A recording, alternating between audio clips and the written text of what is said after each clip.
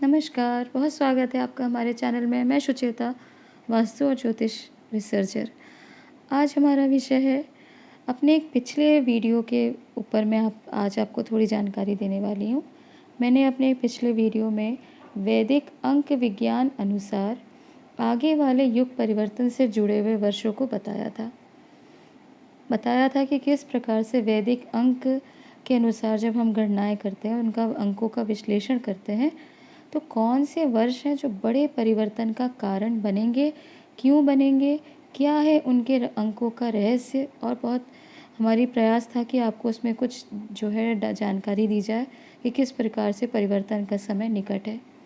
परंतु यहाँ बहुत से लोगों को एक डाउट है, क्योंकि हमने उसमें 2 विधि बताई थी, 2 तरीके बताए थे।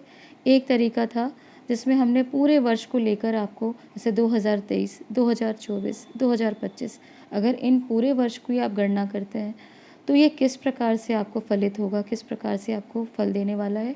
और मात्र अगर आप सिर्फ पीछे के जो अंक हैं, जैसे 23, 24, 25, अगर इस प्रकार से वर्ष के अंकों को अगर आप एनालाइज करते हैं तो ये आपके ऊपर क्या प्रभाव डालने वाले हैं, क्योंकि ये दोनों ही तरीके प्राचीन तरीके हैं।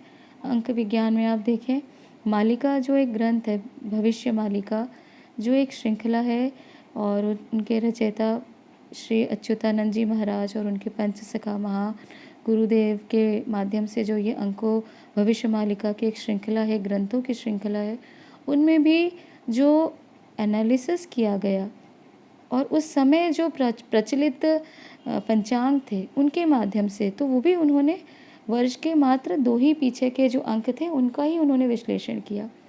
और आजकल हम देखते हैं कि ये पूरा एक प्रचलन है कि हम पूरे अंकों का विश्लेषण करें। तो ये दोनों ही तरीके मान्य हैं, इससे आपको कंफ्यूज होने की आवश्यकता नहीं है। बात सिर्फ इतना है कि आपका बिलीफ क्या है, आपका यकीन किस पे है, आप किस पर आपका विश्वास है। जैसे में आपकी मान्यता होगी वही आपको प्रभावित करेगा। मान लीजिए आप जो 2023-24 ये सब क्या है, ये प्राचीन English calendar, Georgian English calendar के अनुसार से ये कैलेंडर आप पढ़ रहे हैं। और क्यों पढ़ रहे हैं, क्योंकि यही आजकल मान्य है और सब तरफ इसी का प्रयोग किया जा रहा है। परंतु अगर आप जॉर्जियन इंग्लिश कैलेंडर को नहीं मानते, आप इस कैलेंडर के अनुसार आपका चलना नहीं है, आपके रीति रिवाज, जन्म तिथि, जन्म जो बर्थडे है, जो भी आप मनाते हैं, पूर्ण रूप से अगर आप पंचांगों के और जिस पंचांग को आप मानते हैं, क्योंकि विशेषकर आप देखे होंगे हमारे, अगर हम मध्य भारत में रहते हैं तो मध्य भारत में प्रचलित है यहाँ पे विक्रम संवत।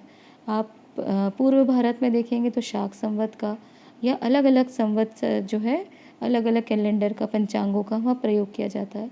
तो जिस भी पंचांग का आप प्रयोग करते हैं वही आपके ऊपर वो मान्यता होगी उसकी, वही आपके लिए, उसी के अनुसार आपका गणना की जाएगी, ना कि जो आप जिस कैलेंडर को आप नहीं मानते। तो ये भी बहुत महत्वपूर्ण है। इसलिए समय समय पे हम पंचांग के अनुसार, ग्रह गोचर के अनुसार आगे आने वाले भविष्य को बताने का प्रयास करते हैं। और क्योंकि मेरा ये विषय है अंक विज्ञान, वैदिक अंक ज्योतिष के साथ में मैं वर्षों से इस पर रिसर्च कर रही हूँ, तो मैंने एक प्रयास किया, क्योंकि आगे वाले परिवर्तन, युग परिवर्तन के समय को हम देख रहे हैं, बहुत बड़े चेंजेस को हम समझ पा रहे हैं।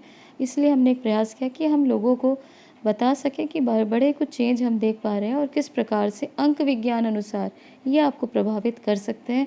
उसके ऊपर हमने विश्लेषण किया और कुछ गणनाएँ आपको देने की, कुछ प्रिडिक्शन करने का प्रयास किया।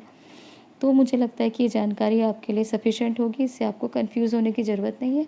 जो मान्यता होती है आपकी बिलीफ सिस्टम में जो बैठा होता है वही आपको फलित होता है, वही आपके लिए भविष्य के आगे होने वाले को रिसर्च करने का या गणना एनालाइज करने का एक माध्यम होना चाहिए। तो ये जानकारी यहीं तक। अगर दी गई जानकारी आपको पसंद आए तो हमारे चैनल को लाइक सब्सक्राइब अवश्य करें। धन्यवाद।